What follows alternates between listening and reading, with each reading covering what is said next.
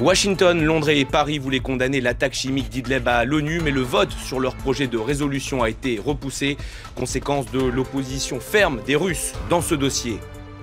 Nommé en janvier dernier, Steve Bannon n'est plus membre du Conseil national de sécurité américain. Il a été évincé par Donald Trump, pourtant à l'origine de sa domination il y a 3 mois. La Guyane va bien bénéficier d'un plan d'urgence d'1 milliard d'euros. Annonce du Premier ministre Bernard Cazeneuve qui l'a acté lors du Conseil des ministres. Sur place, le centre spatial de Kourou a été libéré, mais les manifestants ne décolèrent pas. Voilà pour les titres, bonjour et bienvenue sur France 24.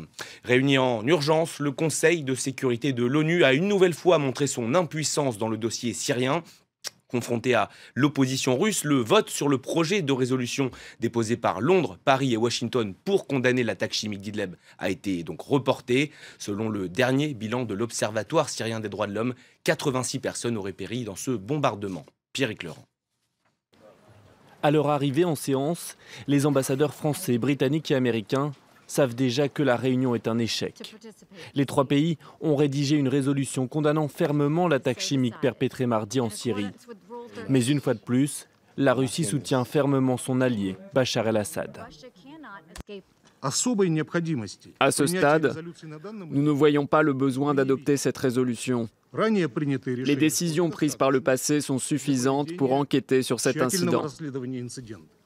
Les regards en disent long sur la tension qui règne dans la salle. Vient alors la réponse de l'ambassadrice américaine. Photo de victimes à l'appui, elle accuse directement la Syrie et laisse transparaître une colère sourde. La vérité, c'est qu'Assad, la Russie et l'Iran n'ont aucun intérêt à obtenir la paix. Combien d'enfants doivent-ils encore mourir pour que la Russie réagisse ? Silence glacial. Face à l'impuissance désormais flagrante des Nations Unies, Washington menace même d'une action unilatérale. Mais qui est vraiment responsable de l'attaque perpétrée mardi ? Pour les Occidentaux, cela ne fait pas de doute, le régime syrien a mené les bombardements. Moscou confirme, mais réplique que le gaz se trouvait en fait au sol. L'armée aurait visé des stocks entreposés par des groupes rebelles. Impossible de savoir quelle version correspond à la réalité. Tous les acteurs sont en tout cas d'accord pour qu'une enquête soit menée au plus vite. Une attaque qualifiée de terrible affront contre l'humanité par Donald Trump. Les États-Unis qui n'excluent pas désormais, je cite, une action unilatérale en Syrie. On reste aux États-Unis où Steve Bannon a été exclu du Conseil national de sécurité, un organe stratégique du pouvoir américain. La décision a été entérinée par Donald Trump. C'est pourtant le président américain en personne qui l'avait élevé au rang de membre permanent. Théa Bazdarevich. Steve Bannon, évincé du Conseil national de sécurité. Une décision prise par Donald Trump en personne, pourtant très proche de ce dernier. Steve Bannon avait été nommé au sein de l'instance en janvier. Une accession à un poste prestigieux qui avait choqué, car d'ordinaire, cette place est réservée à des ministres et à des gens appartenant à l'univers militaire ou du renseignement. En résumé, un organe qui cherche à ne surtout pas être politisé. Cela pourrait être la première raison de son éviction. Selon des responsables de la Maison-Blanche, Bannon n'avait participé le mois dernier qu'à une réunion du CNS où il ne jouait plus de rôle actif. Sa mission, selon eux, était de surveiller Michael Flynn, le premier conseiller à la sécurité nationale de Trump. Or, celui-ci a démissionné en février après la découverte de ses contacts cachés avec l'ambassadeur russe à Washington. La présence de Bannon n'aurait donc plus été jugée utile.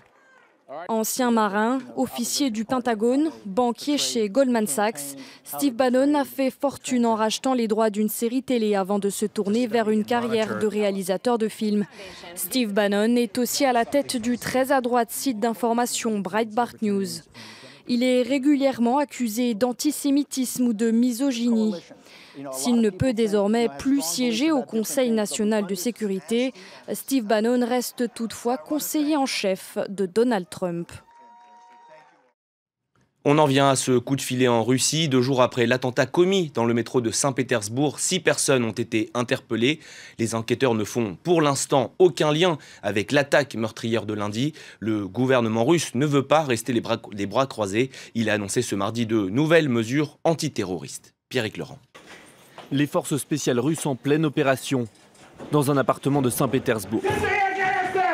À l'intérieur, 6 hommes originaires d'Asie centrale suspectés de recruter des terroristes. Ces images ont été fournies par les autorités russes. Outre ces téléphones portables, les enquêteurs disent avoir retrouvé sur place des livres islamistes. Réel coup de filet ou opération de communication, impossible à vérifier. Le Kremlin multiplie en tout cas les images fortes après l'attentat de Saint-Pétersbourg. Autour de Vladimir Poutine, ce mercredi, les chefs des services de renseignement des anciens pays soviétiques. Nous savons que la plupart de nos pays, presque chaque pays, est une cible potentielle pour des actes terroristes. Le président russe veut clairement montrer qu'il est aux manettes face à la menace terroriste. Restent de nombreuses questions. Qui est vraiment le jeune homme identifié comme l'auteur présumé de l'attentat de Saint-Pétersbourg? Avait-il des liens avec l'État islamique? Si oui, pourquoi l'attaque n'a-t-elle pas été revendiquée? En attendant des réponses, les habitants de Saint-Pétersbourg ont rendu hommage aux victimes lors d'une cérémonie. Les funérailles, elles, devraient se tenir dans les tout prochains jours. La République démocratique du Congo aura un Premier ministre dans les 48 heures. Pas sûr pour autant que cette annonce faite devant le Congrès par le président Joseph Kabila mette un terme à l'impasse politique que traverse le pays. Une crise qui dure, je vous le rappelle, depuis le 20 décembre dernier et la fin supposée du mandat du chef de l'État actuel. Le Maroc a, lui, de nouveau un gouvernement. Après 6 mois de blocage, le roi Mohamed VI a révélé le nom des nouveaux ministres. À leur tête, Saadedine El Othmani, le numéro 2 du parti islamiste Justice et Développement, un PJD qui perd le contrôle du ministère de la Justice et des Libertés. C'est une mauvaise nouvelle pour Theresa May. Les députés européens ont posé leurs conditions pour le Brexit et cela ne va pas dans le sens de Londres. À une très large majorité, le Parlement européen a voté pour des négociations en plusieurs étapes. D'abord, la sortie de l'Union européenne avant un éventuel nouvel accord commercial. Elliot Samuel. Un premier pas sur une route qui s'annonce très longue. Les députés européens ont débattu toute la matinée sur les conditions à fixer pour le Brexit. Et les échanges ont parfois été houleux, à l'image de Nigel Farage.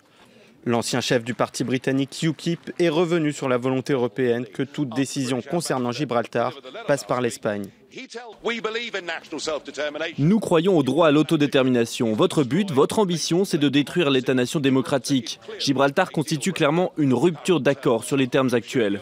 Avec ces conditions, vous vous montrez hargneux, fourbe. Tout ce que je peux dire, c'est Dieu merci, nous partons. Vous vous comportez comme une mafia. Des attaques très largement réprimées dans l'hémicycle, notamment par le président du Parlement européen. Si vous parlez de mafia et que vous dites que ce Parlement se comporte comme une mafia, je trouve cela inacceptable. Les débats ont également montré la volonté de certains députés de repenser l'Europe. Le Brexit n'est pas uniquement à propos du Brexit. Le Brexit doit être, chers collègues, aussi à propos de notre capacité à faire renaître notre projet européen. Car il faut le reconnaître, le Brexit n'est pas arrivé par hasard. Finalement, par 516 voix contre 133, les députés européens sont parvenus à un accord. La résolution prévoit que Londres doit s'engager à respecter les normes de l'Union européenne. Un accord sur les futures relations Union européenne-Royaume-Uni ne sera conclu qu'après le Brexit. Enfin, les deux parties s'engagent à respecter les droits des 3 millions de citoyens européens vivant en Grande-Bretagne et du million de Britanniques à l'étranger. Au bout des 2 ans de négociations, le Parlement européen pourra exercer un droit de veto sur tout accord trouvé. Au lendemain du débat inédit entre les 11 prétendants à l'Élysée, la campagne se poursuit. François Fillon était ce mercredi à Provins, en Seine-et-Marne, où il a réitéré sa promesse d'alternance. Malgré les affaires, le candidat des Républicains l'assure, je suis toujours là malgré les torrents de boue déversés. Les précisions sur place d'Antoine Mariotti qui a suivi pour nous ce meeting de François Fillon. François Fillon n'est pas venu ici à Provins pour dérouler tout son programme, même s'il en a évidemment expliqué les grandes lignes. Il est venu pour redynamiser, pour remobiliser ses troupes. On est dans une salle modeste, mais une salle pleine avec des gens qui étaient debout dans les escaliers. Et pour remobiliser ses sympathisants, rien de tel que de se poser une nouvelle fois en victime du système et de pointer du doigt les médias. Une salve ininterrompue de calomnies à mon endroit a réussi à étouffer presque tout débat de fond. Les bonnes âmes qui les orchestrent ont compris que la comparaison raisonnable entre mon projet et celui des autres ne serait pas à leur avantage. Et donc elles voudraient nous faire croire que l'élection est déjà faite. À les entendre, vous devriez rentrer chez vous. On pourrait éteindre la lumière de cette salle maintenant. À quoi bon voter finalement ? À quoi bon demander son avis au peuple? Le plébiscite médiatique n'est-il pas évident?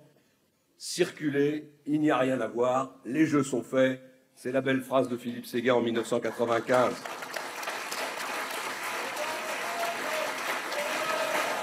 Ce n'est donc pas une série de mesures que François Fillon a détaillées, mais bien tenter de fixer un cap. L'objectif, dit-il, de redonner de l'ambition, de l'espoir aux jeunes qui étaient pourtant très peu présents dans cette salle ici à Provins. La France, dit-il, est dans un marasme, elle est au pied du mur. Et pour changer cela, eh bien, il entend bien faire sauter des verrous, enlever des contraintes, notamment aux entreprises et ses proches, lui-même, mais aussi la salle, les centaines de personnes, peut-être les 2000 personnes qui étaient présentes ici à Provins, eh bien, ils croient dur comme fer encore à cette victoire. On parle eh bien d'une sorte de vote caché comme lors de la primaire de novembre dernier où François Fillon, à la surprise générale, l'avait emporté. Ils espèrent renouveler ce scénario le 23 avril prochain.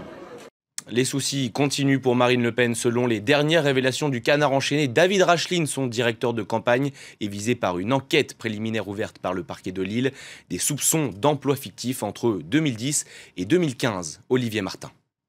Il est l'un des plus proches collaborateurs de Marine Le Pen, son directeur de campagne. La justice soupçonne David Racheline d'avoir bénéficié d'un emploi fictif. C'est ce que révèle le Canard enchaîné. Une enquête préliminaire a été ouverte, elle porte sur la période 2010-2015. À cette époque, David Racheline est conseiller régional en Provence-Alpes-Côte d'Azur. Mais il est également salarié d'un autre conseil régional à l'autre bout de la France, celui du Nord-Pas-de-Calais. Marine Le Pen y présidait encore le groupe Front National. David Racheline est alors employé comme assistant. Ce document l'atteste. Il a perçu 11 000 € net pour un contrat de 3 mois. C'était il y a 7 ans, je le rappelle, et aujourd'hui, on vient faire du bruit autour de ce dossier à 15 jours du premier tour de l'élection présidentielle. On aurait souhaité mettre sur écoute le directeur de campagne de la première opposante au système. On ne s'y serait pas pris autrement. Au conseil régional du Nord-Pas-de-Calais, certains affirment n'avoir aucun souvenir de son passage. C'est le cas de cet ancien élu, Europe Écologie Les Verts. Il y a eu un turnover important des assistants du groupe Front National au Conseil régional pendant toute cette période. Mais personnellement, M. Racheline, j'ai aucun souvenir de l'avoir croisé, je vous dis, ni dans l'ascenseur ni dans les couloirs. L'enquête préliminaire ouverte par le parquet de Lille porte sur 3 emplois. La justice cherche à déterminer si Marine Le Pen a utilisé les moyens humains et matériels de la région Nord-Pas-de-Calais pour préparer sa campagne présidentielle en 2012. La crise en Guyane au cœur des débats du Conseil des ministres. Le plan d'urgence promis par Paris d'un peu plus d'1 milliard d'euros a été validé ce mercredi par Bernard Cazeneuve. Sur place, le centre spatial qui avait été occupé a été libéré. Un blocage qui devrait coûter plusieurs millions d'euros à Arianespace qui exploite le site, vous le savez, pour lancer ses fusées.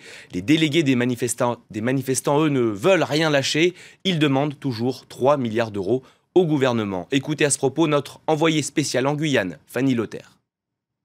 C'est une mobilisation marathon qui commence un petit peu à s'essouffler. Ici en Guyane, la trentaine de membres des collectifs et des syndicats qui avaient pris siège dans le centre spatial de Guyane avaient insisté à rester jusqu'à jeudi, jusqu'à l'arrivée du PDG d'EuroArianespace. Et pourtant, ils ont quitté les lieux ce matin, un petit peu après le Conseil des ministres, disant ne pas avoir été entendus par Paris. Un dialogue de sourds, semble-t-il, puisqu'ils réclament toujours 3 milliards d'euros en urgence pour la Guyane. Malgré la détermination des manifestants, eh bien, on sent un petit peu la fatigue poindre du côté des collectifs qui n'ont pas dormi de la nuit, surtout au niveau des entrepreneurs qui commencent à fatiguer de voir la région, le département paralysé par quelques 10 jours de grève générale. Les routes sont toujours bloquées, les transporteurs ne peuvent pas acheminer la marchandise du port vers les grandes villes et puis les écoles sont toujours fermées. Voilà une mobilisation qui avait transporté un petit peu un élan de solidarité en Guyane, mobiliser à peu près toutes les classes sociales et toutes les origines. Il ne faudrait pas qu'elle se transforme en guerre d'usure interne. Voilà pour la Guyane. Si vous êtes un amateur de bonnes tables, sachez que la meilleure d'entre elles se situe désormais à Manhattan.